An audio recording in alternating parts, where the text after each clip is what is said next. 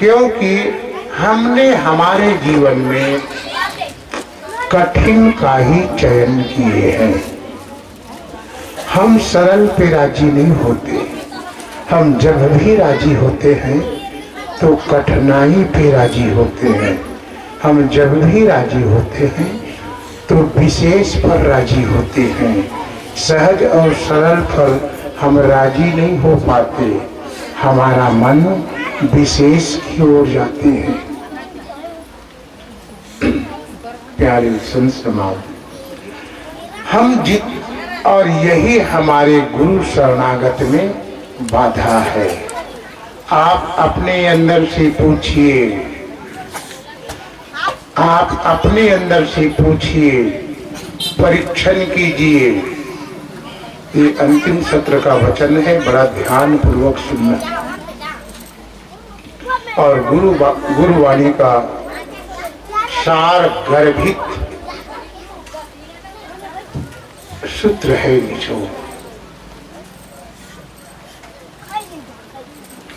तो जीवन में सरलता पैदा आ जाए, क्योंकि गुरु भी सरल रहे। आप ध्यान दिए, उसका वाणी का हर सूत्र कितना सरल सरल में है, बहुत सरल सरल में है वचन। परंतु सरल होते हुए भी जिस प्रकार बड़े बड़े हमारे भारत के ऋषि मुनि संतों महासंतों ने जो वाक्य वचन बोला है, ये वाक्य से कोई कम नहीं है। तो इसलिए केवल हम जो गुणगान करते हैं, जो प्रार्थना करते हैं, जो गीत गाते हैं गुरु के नाम से, उसको केवल मनोरंजन में नहीं लेना है, उसको मन के रंजन के लिए नहीं लेना है, उसको हृदय से पुकार करना है। जिस दिन हमारा हृदय से पुकार उठेगा, उसी दिन हमारे अंदर के सारे ग्रंथियां खुल जाएंगे और गुरु जहां भी होगा उसके कान में भनक आ जाएगा। जहां भी होगा, जिस रूप में होगा, जिस ढंग में होगा, वही हमारा अंतस का पुकार ही गुरु को चोट करेगा, झकझोर करेगा।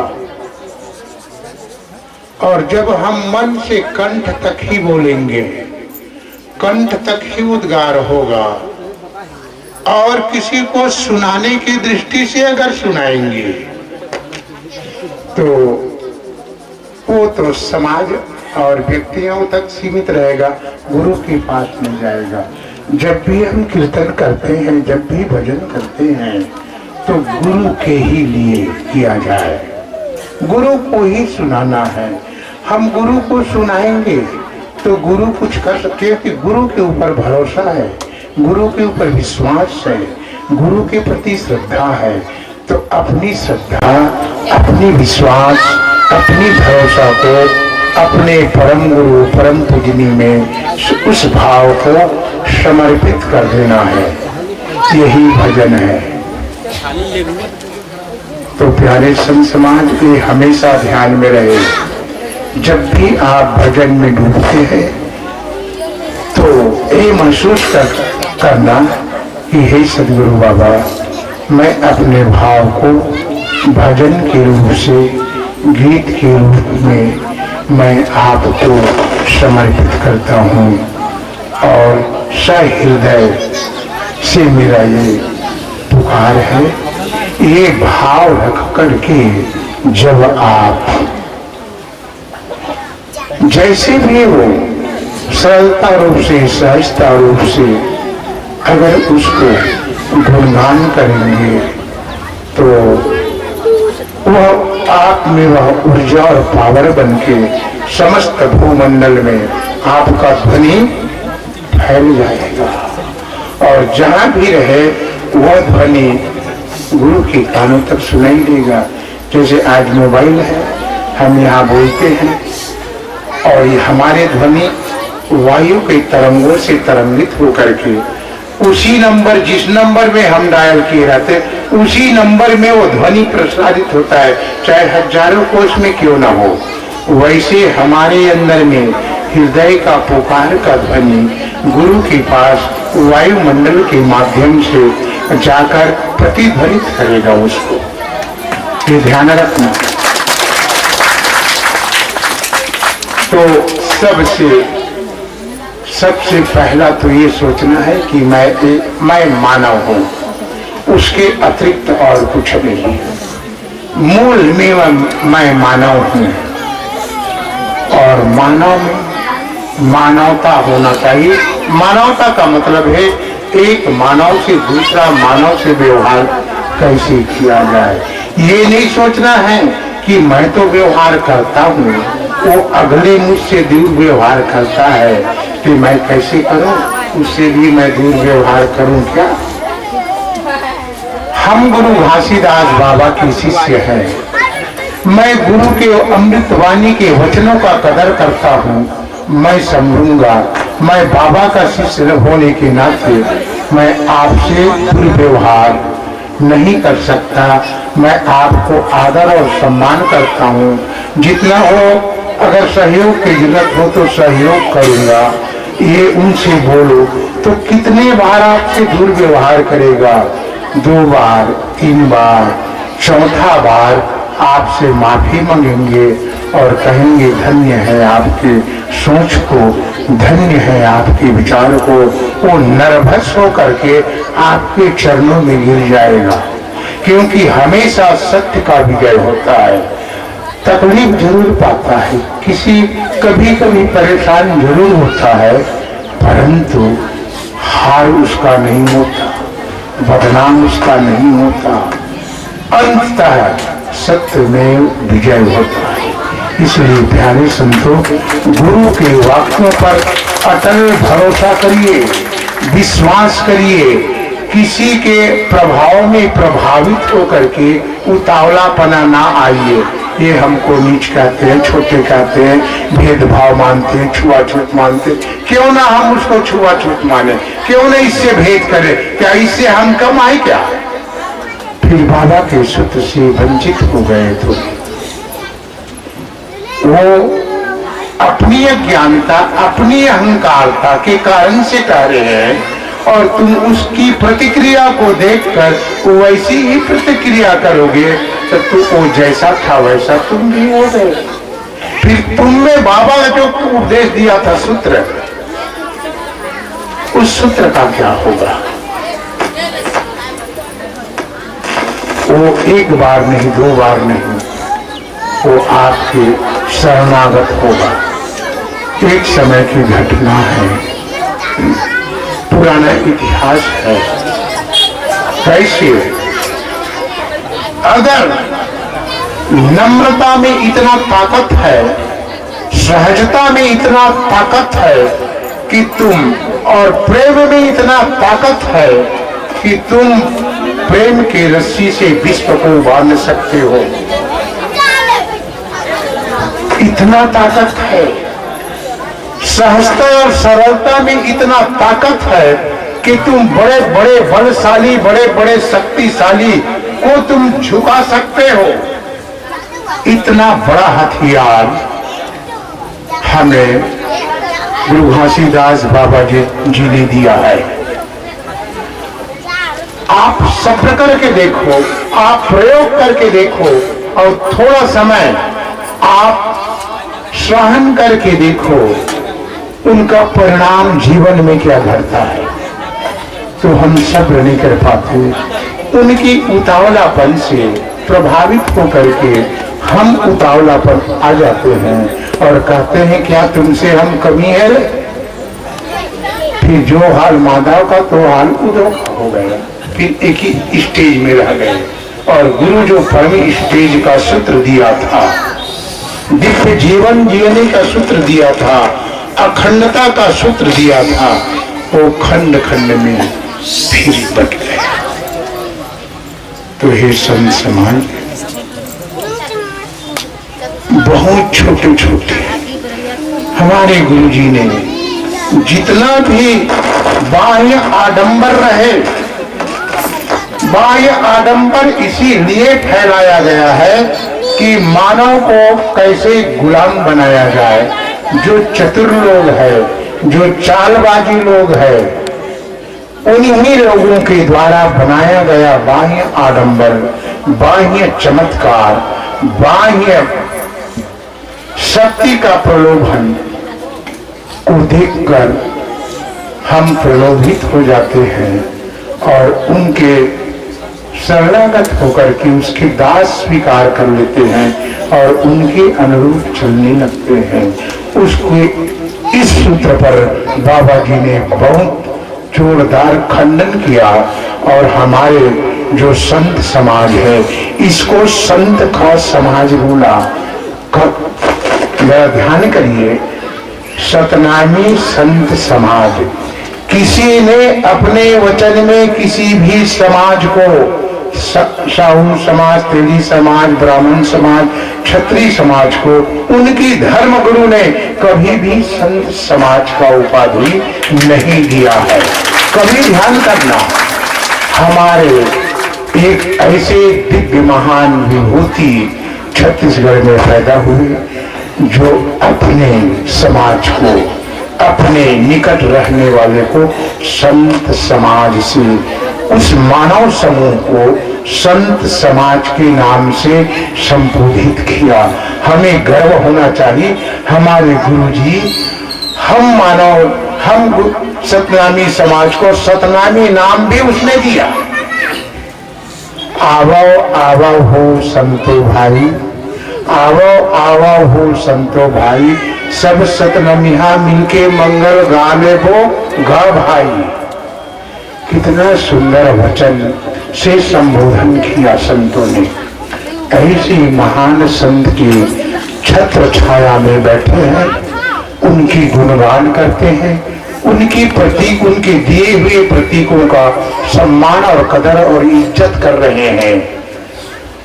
आज ऐसे महान पद में सबसे बड़े पद, क्योंकि सतनामी जो शब्द है वो पद का नाम है। ज्ञान से, ज्ञान जिसके पास है उसको ज्ञानी कहते हैं, जो बच्चों को शिक्षा देते हैं उसको शिक्षक कहते हैं। वैसे ही जिसके पास सत्य को धारण करते हैं, जो बोला था सत्य मानव का आभूषण है। जिस गहने को हम धारण करते हैं, गहने का अर्थ होता है कर्म, विचार, सोच, भावना और संकल्पों को हम धारण करने वाले सत्य के, सत्य विचार, सत्य संकल्प, सत्य धारणा, सत्य सोच, सत्य व्यवहार, इन गहनाओं से हम अलंकृत करना चाह रहे हैं बाबा। उस अलंकृत को आभूषण कहा गया। ऐसे आभूषण हमको गुरु घासीदास जी ने पहना दिया, इसीलिए तो नामी बने। राम नामी, कृष्ण नामी, ब्रह्मा नामी, विष्णु नामी, तेली नामी, साहू नामी, ब्राह्मण नामी, क्षत्रिय नामी कभी नहीं हुआ, केवल सत्यनामी हुआ। सत्य, इस भाव का हमको कदर करना चाहिए। परम शिखर के पद में गुरु जी ये परम पद है। संपूर्ण मानव समाज के पदों से सतनामी समाज का पद शिखर का पद है। ये मानव समाज में सतनामी समाज एवरेस्ट की चोटी, हिमालय की शिखर है। अपने आप को शिखर मानिए, आप शिखर में हो, मानवता के शिखर में हो, समाज के उच्च के शिखर में हो, धर्म के उच्च के शिखर में हो। सतनाम धर्म में बहुत सारा धर्म हुआ, जैन, बुद्ध, मुस्लिम, ईसाई, वैदिक, क्रिश्चियन, बहुत सारा धर्म हुआ। समस्त धर्मों का शिखर है सतनाम धर्म है। और सतनाम धर्म के नीचे जितना भी आए ये उनकी बटे हुए धर्म है, शाखाएं हैं। बिना सत्य के बिना अन्य धर्मों का उदय हो नहीं सकता। सतनाम ही समस्त धर्मों का प्राण है, सतनाम ही समस्त धर्मों का जीवन है और सतनाम ही समस्त धर्मों का उनका पोषण है।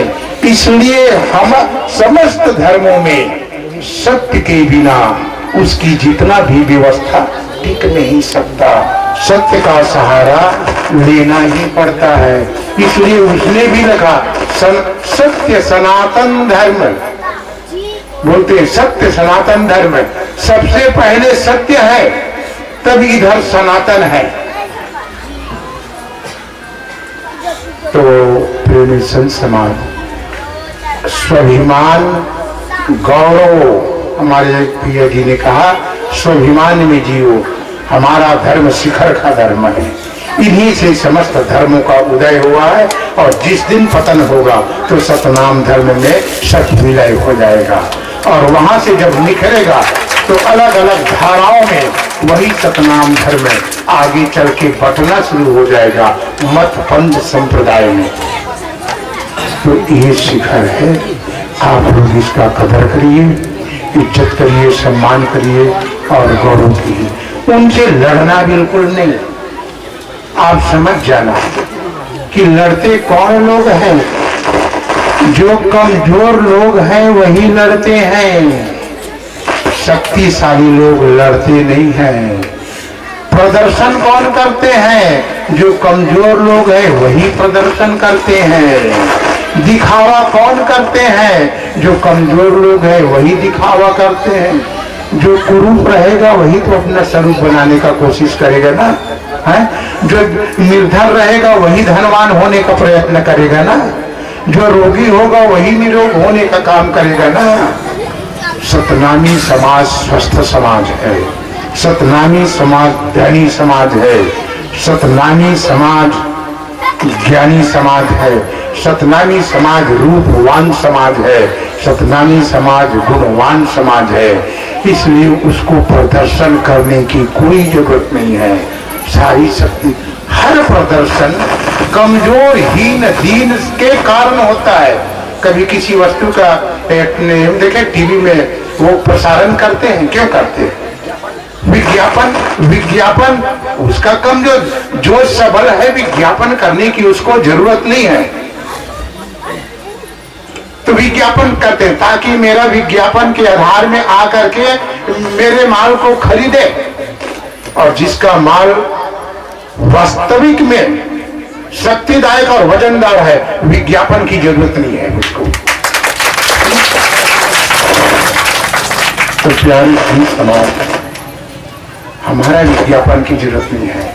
हमारे गुरु जी का निशान खुला है, रखना है, इसमें कहीं पर्दा नहीं है, इसमें कहीं चौखट नहीं है, क्योंकि असीम को चौखट में बांधा नहीं जा सकता। मंदिर में जो देवता देवी भगवान है उसका चौखट है, उसका मंदिर बना देने से ही पड़ता, वो सीमा में बांध दिया। हमारे गुरु जी का वो सत्य का निशान में चौखट लगाया नहीं जा सकता, सीमा में इसको बांधा नहीं जा सकता, इसका एरिया नहीं दिया जा सकता है। ये खुला आकाश में होता है, इसका गौरव करो।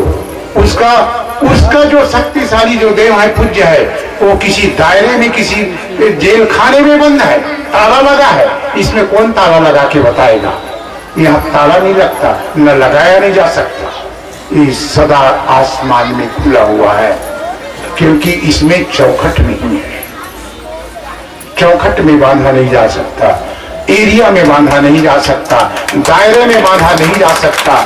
दायरा एरिया से रहित है, ऐसे सतनाम है, उसका प्रतीक जय स्तंभ है। तो आप लोग दायरा में बांध करके नकल करने की कोशिश मत करना कि वो दायरा तो छोटे छोटे हीन दीन का दायरा रहता है, सीमा रहता है, और दीनहीन से प्रभावित होकर आप भी सीमा बनाना चाहते हो। मतलब गुरु घासीदास का गौरव को कमजोर करना चाहते हो, उसका मूल्य को आप कमजोर करना चाहते हो। असीम का क्या सीमा? तो मेरे सिंह समाज है,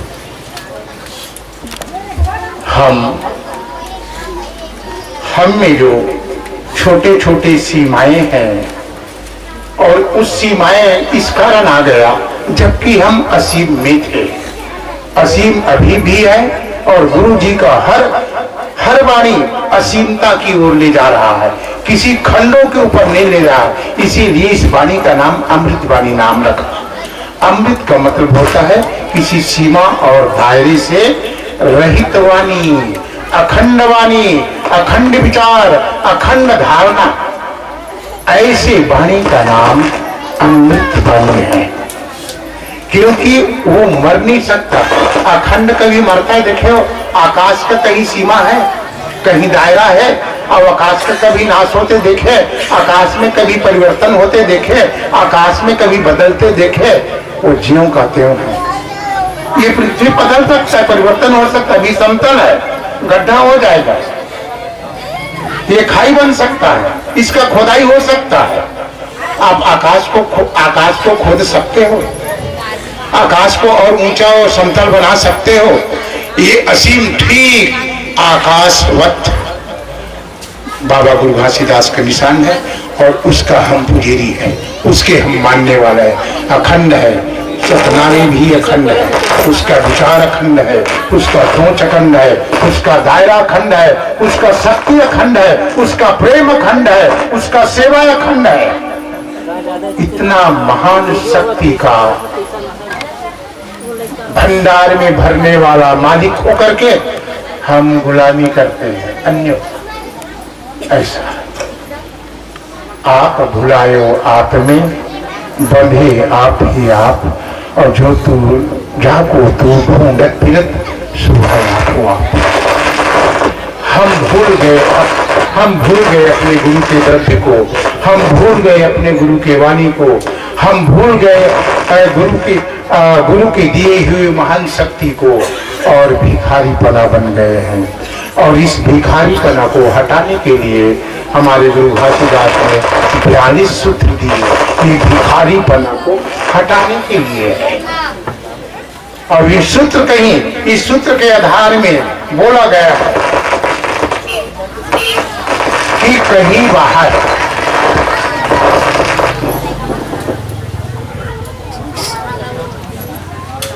बाहर जाने का काम नहीं। देखते हो हम कितना प्रभावित होते हैं। ध्यान से सुनेंगे भैया, अंतिम सूत्र का विषय है और आज के जीवन के लिए ऊर्जा देने वाला सार गर्भित वचन आ रहा है। वो वचन बाबा के द्वारा आ रहा है। शायद हम कल इस वचन को ना बोल पाए, कुछ और बोला जाए, कोई बात नहीं। तो हम छोटे छोटे के दायरे के लिए हम मांग करते हैं, और उसके प्रभाव में आके क्रियाकलाप भी करते हैं। छोटे छोटे क्रियाकलाप जो भिखारीपना का भाव है, उस क्रियाकलाप को करते हैं। अब आप अपने अंदर निरीक्षण कीजिए, क्या क्या करते हो आप। जब असीम के भजन कीर्तन और जब पर्व आता है हमारे देश भर में, तो हम करते क्या है? वही क्षुद्र काम ना, वही क्षुद्र काम। उस दिन कभी अमृत गुरु का 42 अमृत वाणी का प्रवचन रखते हो? उस दिन सतनाम सत्संग रखते हो? नहीं रखते। क्यों नहीं रखते? ये तो गुरु का अपमान हुआ ना। आप अपने शुद्र काम, शुद्र मनों के वासनाओं को पूर्ति के लिए करते हैं। गुरु जी क्या सोचते होंगे जब आप कार्यक्रम करते हो? तो कभी गुरु जी से पूछे